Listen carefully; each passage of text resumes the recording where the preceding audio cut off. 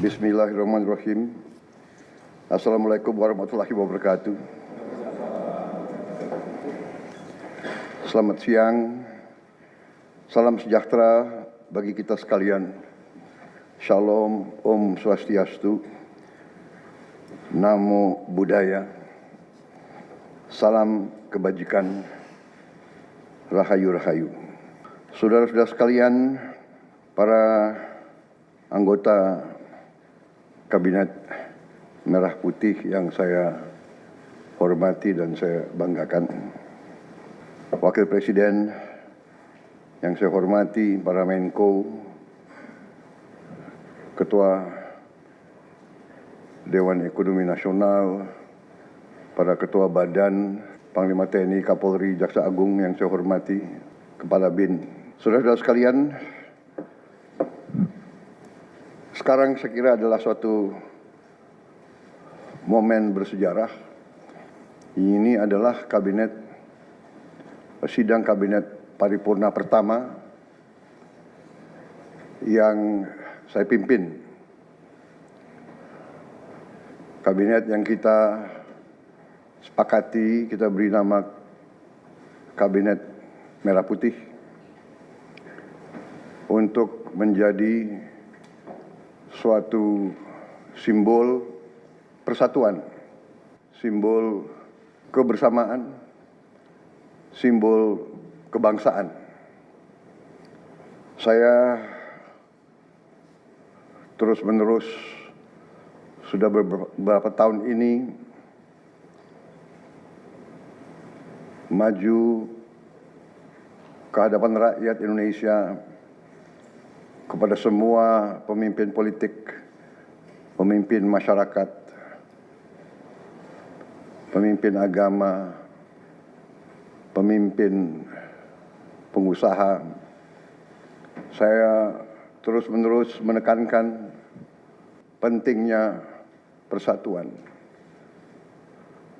Sumber kunci keberhasilan kebangkitan suatu bangsa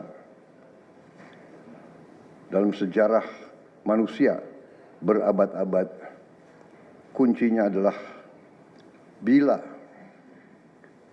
elitnya bisa kerjasama, bila elitnya bersatu. Persatuan ini artinya adalah kita bisa sepakati mana adalah kepentingan nasional yang inti, mana adalah kepentingan nasional yang vital bagi kelangsungan hidup bangsa kita. Kita masing-masing punya kepentingan politik masing-masing. Kita masing-masing punya kepentingan kelompok masing-masing. Tapi manakala kita sudah bicara tentang bangsa dan negara, kita harus sepakati kepentingan nasional yang vital. Saya meyakini bahwa kepentingan nasional vital kita tentunya harus kita sepakati adalah kemerdekaan dan keutuhan NKRI. Keutuhan Negara Kesatuan Republik Indonesia. Dan untuk menjamin keutuhan dan kelangsungan hidup Negara Kesatuan Republik Indonesia, kita harus dengan handal, dengan cerdik, dengan pandai bisa menjaga dan mengelola kekayaan bangsa kita. Hanya apabila kita bisa menjaga dan mengelola dengan baik semua kekayaan kita, hanya dengan demikian kita bisa memberi pelayanan kepada rakyat kita. Kita bisa memberi kebutuhan hidup rakyat kita. Kita bisa membayar segala keperluan suatu negara modern. Dan di antaranya tentunya adalah menjamin kedaulatan bangsa. Saya ingatkan saudara-saudara sekalian, jangan sampai kita lupa dengan Undang-Undang Dasar kita sendiri, Undang-Undang Dasar 1945, yang jelas dalam pembukaannya tertera tujuan-tujuan nasional kita, di mana tujuan-tujuan nasional kita sangat jelas oleh pendiri-pendiri bangsa kita. Tujuan pertamanya adalah melindungi segenap bangsa Indonesia dan seluruh tumpah darah Indonesia. Ini tujuan nasional yang pertama untuk kita survive. Karena itu kita perlu memikirkan apakah kita sudah cocok atau tidak investasi kita kepada pertahanan bangsa Indonesia. Kedua, tentunya memajukan kesejahteraan umum. Saya katakan berkali-kali bahwa negara yang merdeka, rakyatnya harus merasakan kemerdekaan. Janganlah kita bangga menjadi anggota G20 kalau rakyat kita masih banyak yang miskin, masih banyak yang lapar. Mencerdaskan kehidupan bangsa mutlak. Pendidikan bagi kita adalah prioritas yang sangat tinggi. Saya kira ini terlihat komitmen kita kepada pendidikan. Kalau tidak salah, alokasi kita dalam anggaran 2025 untuk pendidikan salah satu tertinggi, Pak. Mungkin selama sejarah kita, Pak. Untuk pertama kali kita sudah 25%, Pak. Bu ya. 20. Pak.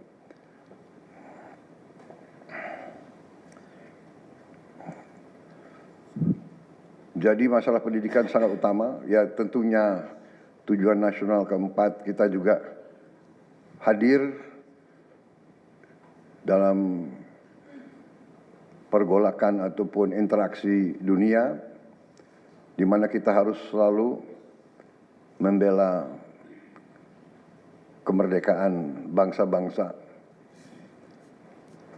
Dan karena itu, mau tidak mau Indonesia harus kuat. Saudara-saudara sekalian, dalam hal ini semua,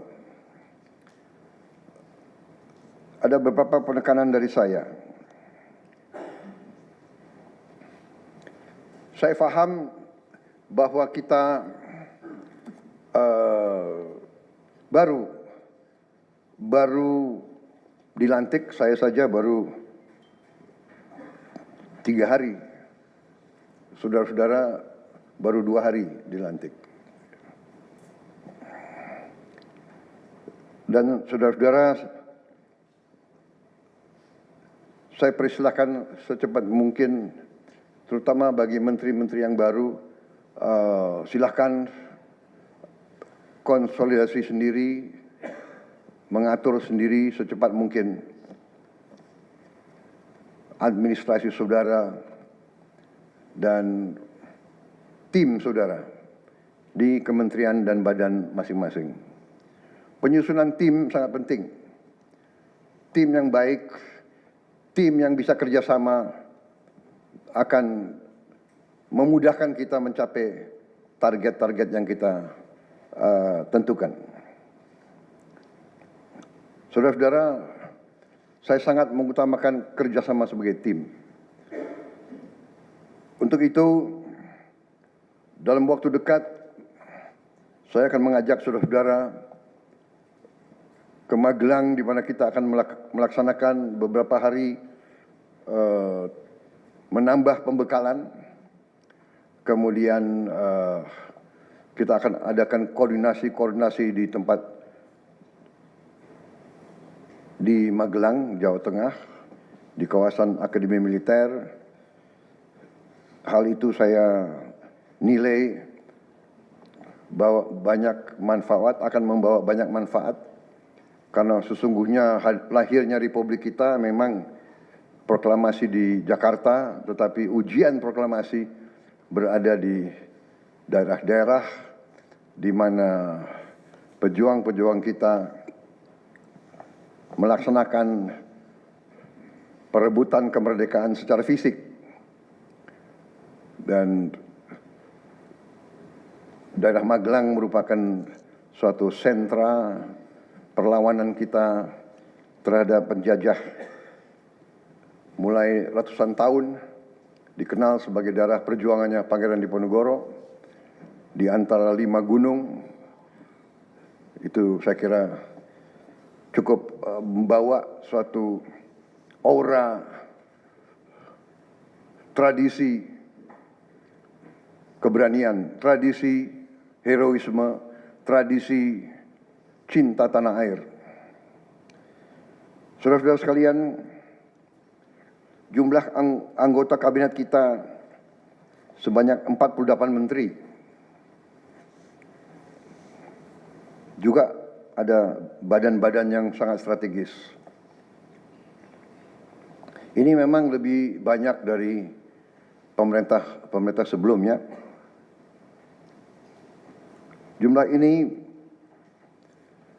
saya sadari memang bisa dianggap tergolong besar, tapi memang bangsa kita bangsa yang besar. Kita tidak dapat pungkiri bahwa kita negara keempat terbesar di dunia dari jumlah penduduk. Dari luas wilayah, kita luasnya sama dengan Eropa Barat. Di mana Eropa itu terdiri dari 27 negara. Kita satu negara. Mengelola Eropa itu membutuhkan 27 menteri keuangan, 27 menteri pertahanan, 27 menteri dalam negeri. Saudara-saudara, kita seluas Eropa. Saudara-saudara sekalian, kita juga memilih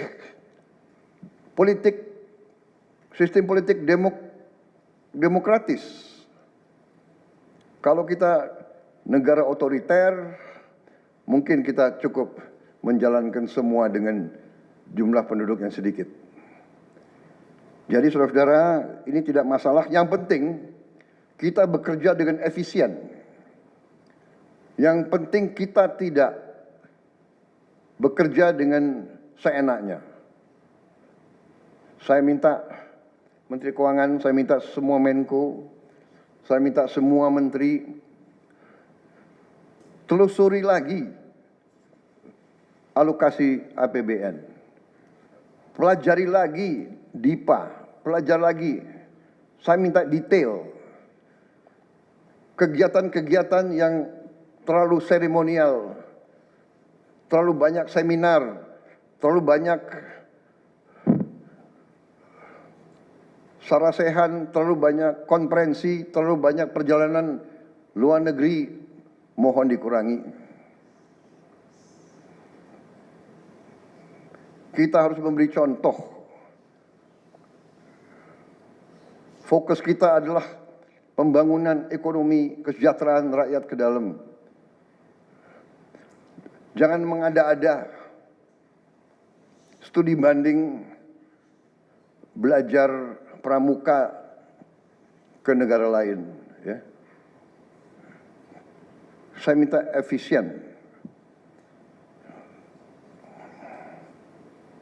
Saudara-saudara, kalau saudara perhatikan dalam pemerintahan yang saya bentuk, saya perkuat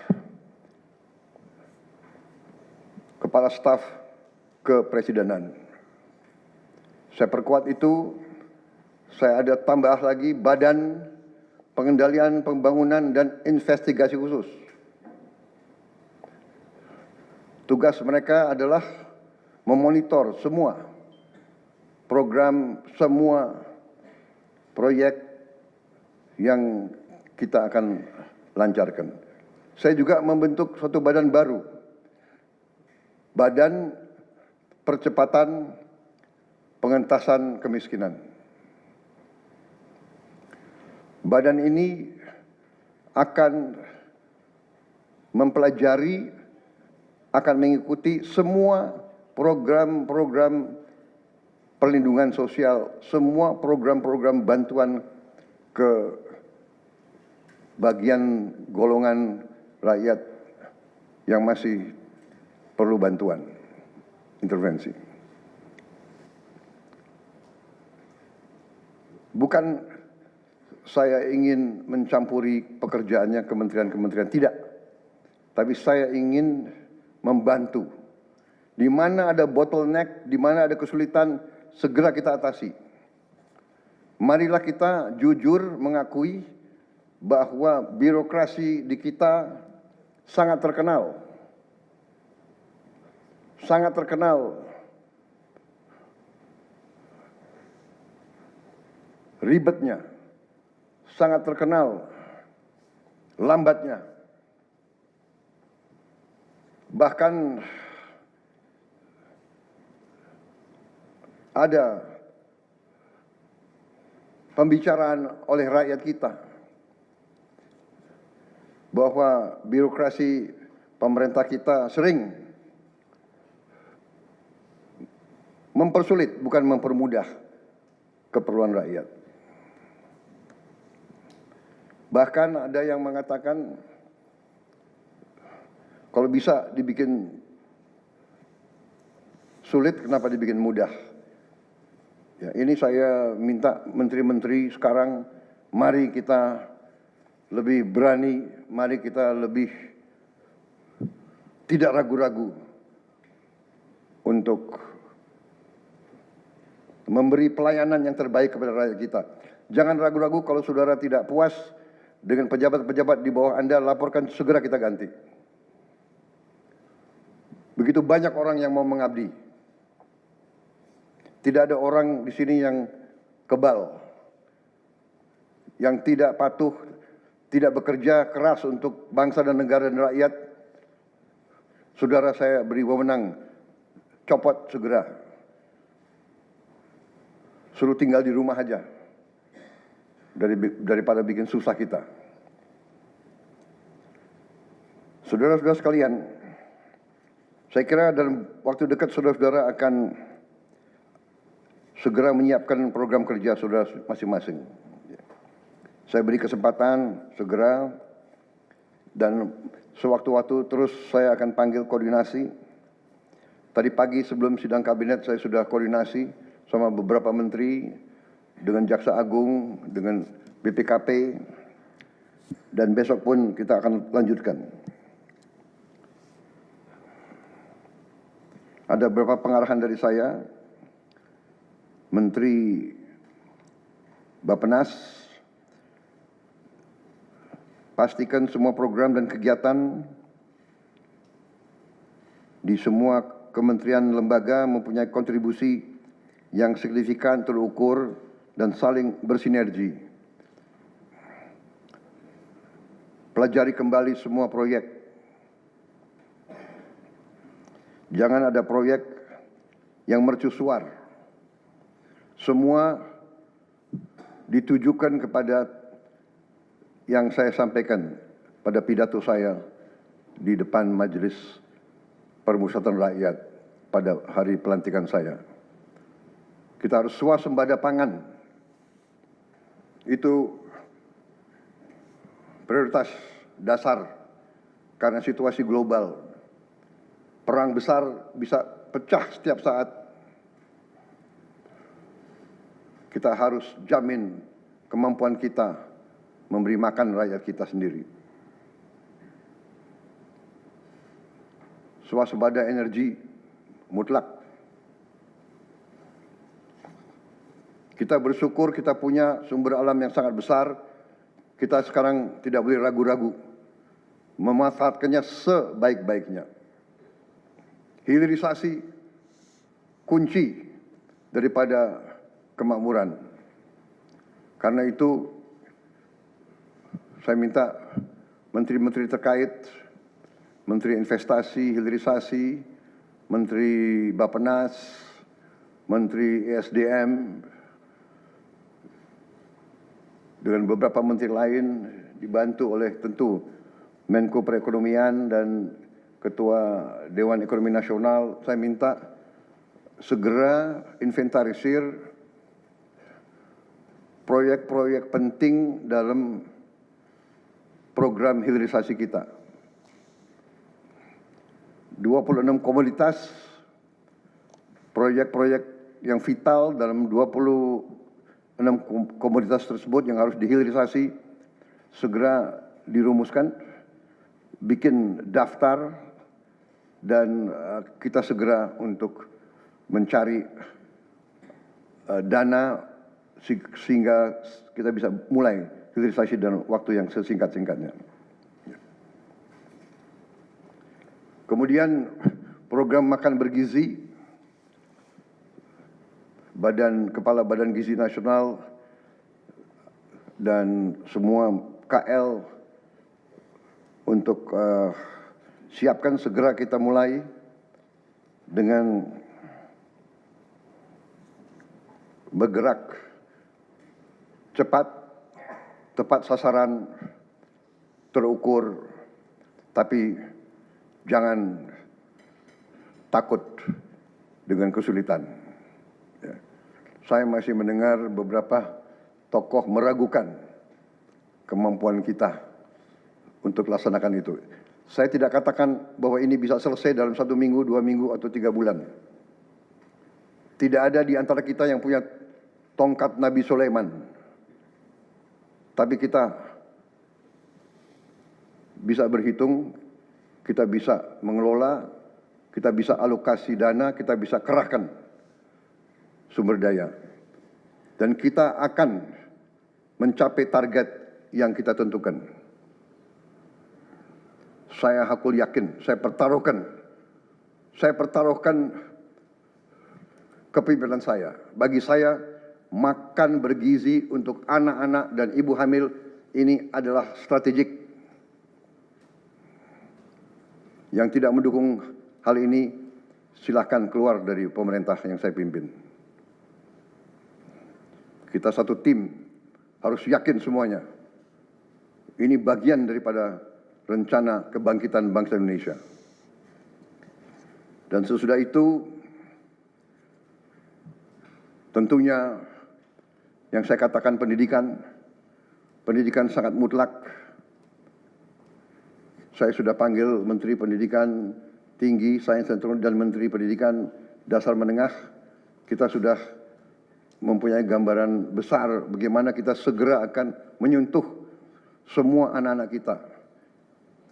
Kita akan gunakan teknologi untuk mempercepat membawa pendidikan kepada anak-anak kita.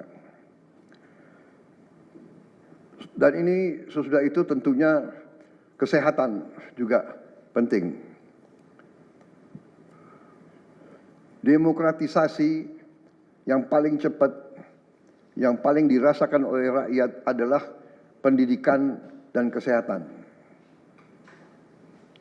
Kalau kita bisa memberi pendidikan yang terbaik untuk anak-anak kita, kesehatan yang memadai untuk seluruh rakyat kita, itu adalah demokrasi yang sebenarnya. Saudara-saudara, Menteri Kesehatan teruskan reformasi kesehatan, atasi kekurangan dokter dan tenaga kesehatan. Kita punya program khusus, nanti kita bahas tersendiri. Ini semua harus ditopang oleh pertahanan yang kuat, penegakan hukum yang tidak ragu-ragu. Saya minta Jaksa Agung, Kapolri, BPKP, Badan Intelijen Negara, fokus ancaman yang berat bagi kita, judi online, narkoba, penyelundupan, penyelewengan, korupsi, kebocoran. Hanya dengan penegakan hukum yang tegas dan intelligence yang baik, bukti-bukti yang kuat bisa kita segera mitigasi hal ini semua.